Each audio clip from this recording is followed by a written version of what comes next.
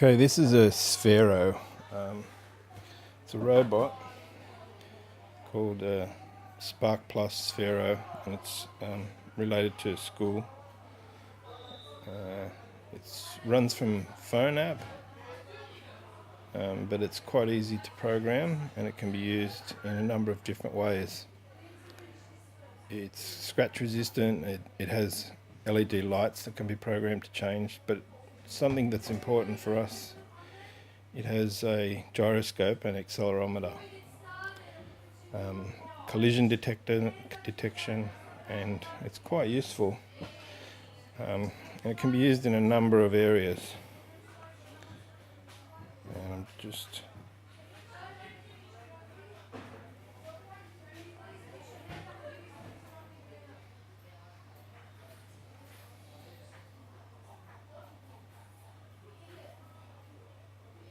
So when you bring your phone near it, if you've got the software,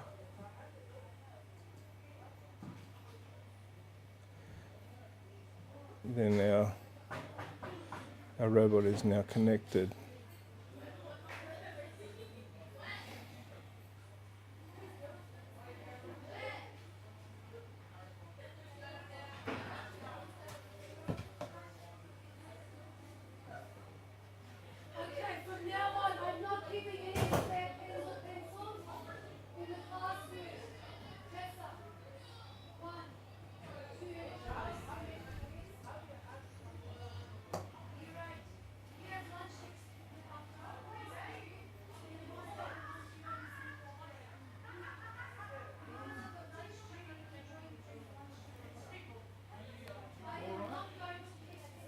So looking at, we have this app here called Sphero, and you can get these apps for your phone, or this Sphero EDU, which we have to log into. So I'm just going to show you this particular app.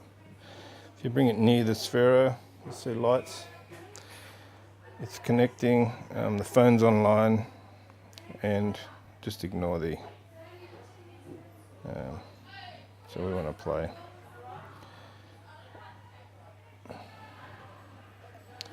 Okay, so we've got an interface here, and we can move the robot around by pressing these different directions. There's other controls around the side, but it's not necessarily something that we're looking at yet.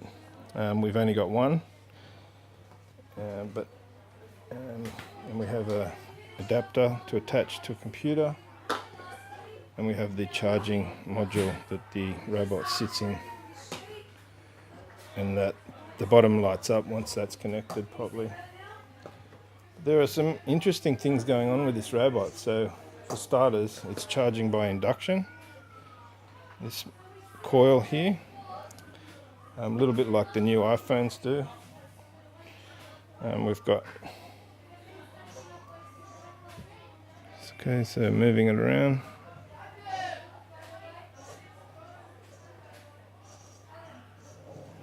Okay, so one particular project we can use for Steam is more in using this as a propulsion device. So we can use cups and things to put on top. Then the robot moves around and can propel something. So we can look at this in terms of the forces that are being applied.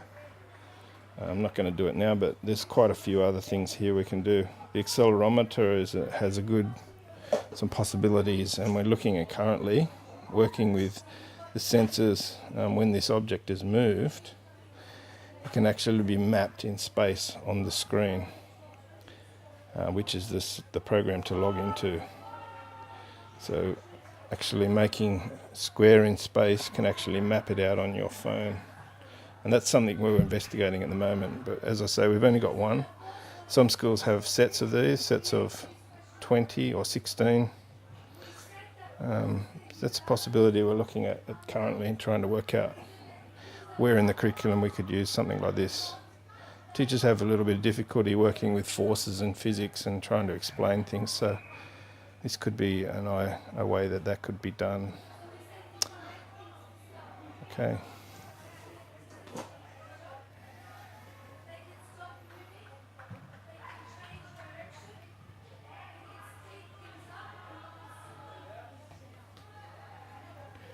Cup model would involve adding things to the cup. So one example is, it's on the worksheets, and we saw this at Prairie Wood High School, is they had a cup that goes on the Sphero. They used a wheel structure, and they built using straws and things. So using tape, certain things with the kids, they built a chariot type thing. So that could be like a history module, or just the wheels and working out forces involved. We could use something along those lines in science, stage 4-5 science. It's just something that we're looking at. A balloon can be put around these to give you some friction to make the wheels turn.